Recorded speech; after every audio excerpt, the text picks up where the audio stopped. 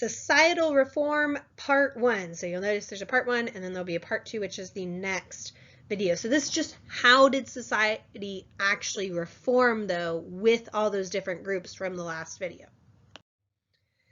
So of course you're going to have opponents to reform. Not all Americans were for these reform movements, or some Americans were for certain reforms, but not all reforms. Generally speaking, opponents of reform had more traditional attitudes. So looking at the different groups, the social gospelers, the people who opposed them tended to be religious fundamentalists, Protestant traditionalists. When it came to muckrakers, a lot of business interests attacked muckrakers and accused them of promoting socialism.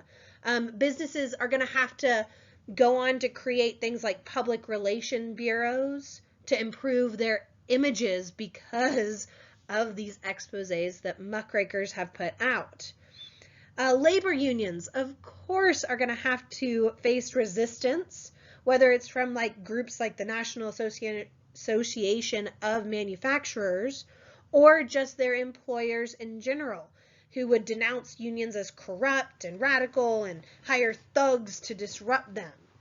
You get strike-breaking agencies, and you get blacklists that would eliminate union activists. We also see the Supreme Court and just the courts in general oftentimes would aid employers over the labor unions because they'd issue injunctions against the strikes or prohibit unions from using boycotts, because boycotts are really an effective weapon at getting things to change.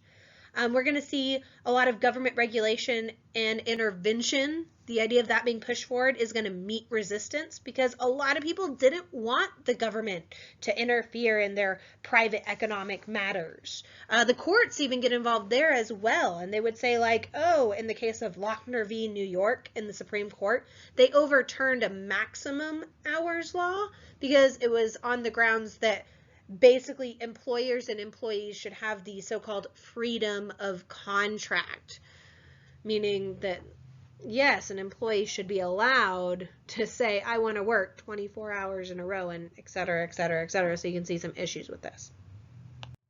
Still, reform is gonna happen. So one of the big things that we see driving the reforms and the different ideals and groups behind it were settlement houses. A lot of times these were basically community centers for urban immigrant neighborhoods. A lot of the ideals that they had tended to reflect the social gospel ideas, but these were actually generally secular institutions because they wanted to gain the trust of Catholic and Jewish immigrants, and so they didn't want to alienate them by being oh, we're a Protestant institution and such. Oftentimes, also, these settlement houses would be run and led by women, so this is how women get involved a lot of times.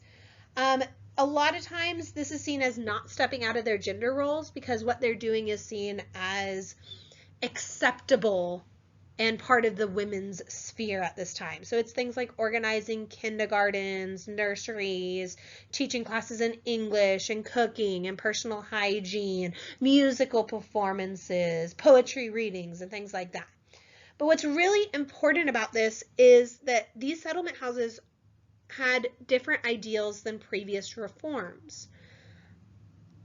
So basically, it's going to start seeing the evils of poverty as a product of social environment rather than one's personal moral weakness.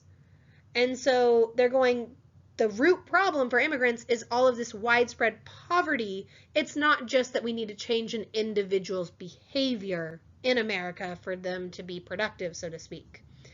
And so because of that, settlement workers are going to campaign for things like stricter building codes so they could improve slum life. They could campaign for urban sanitation systems because that would help improve public health, meaning that people are less likely to get sick, people are less likely to miss work, and people are less likely to, miss out on job opportunities, and et cetera, et cetera, et cetera. They wanted to have things like public parks so they could relieve the urban environment.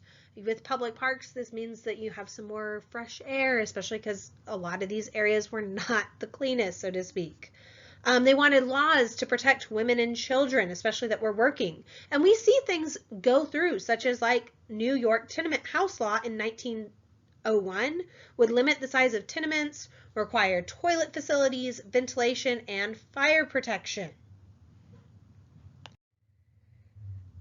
Now, originally, a lot of those settlement houses and settlement workers are working privately to improve society.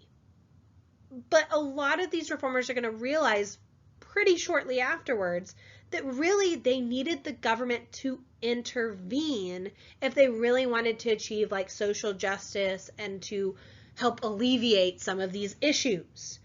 And what better way than get the government involved in something most likely everyone can pretty much agree on, the whole issue of children being maimed and killed in industrial accidents. So child labor. And so we're going to see like the National Child Labor Committee is organized in 1904, and they're going to lead the campaign to curtail child labor. So they're going to be extremely successful because you see things like in 1900, none of the states of the United States had a minimum working age. By 1914, all states have at least one such law. Now the thing is, even though they had one such law at least, you don't necessarily have effective regulation, and that's really needed because of all of these weak and unenforced laws. So you need at the national level to have some sort of child labor laws. Now there is going to be opposition even to protecting children and everything. Manufacturers who use child labor don't want that to be stopped. People who just oppose government action in general, that we're laissez-faire, we want hands off, we don't want our government involved. Parents sometimes were against these child labor laws because they needed their children to work, to survive, oftentimes because of such low wages in their own jobs. Still, by 1912, Congress is going to establish the Children's Bureau that specifically was investigating the welfare of children. But what about other workers? What about women, for instance? The thing is, reformers are going to lobby for laws that would regulate wages, regulate hours, regulate the working conditions of women. And they're going to be successful in having like maximum hours legislation in several states.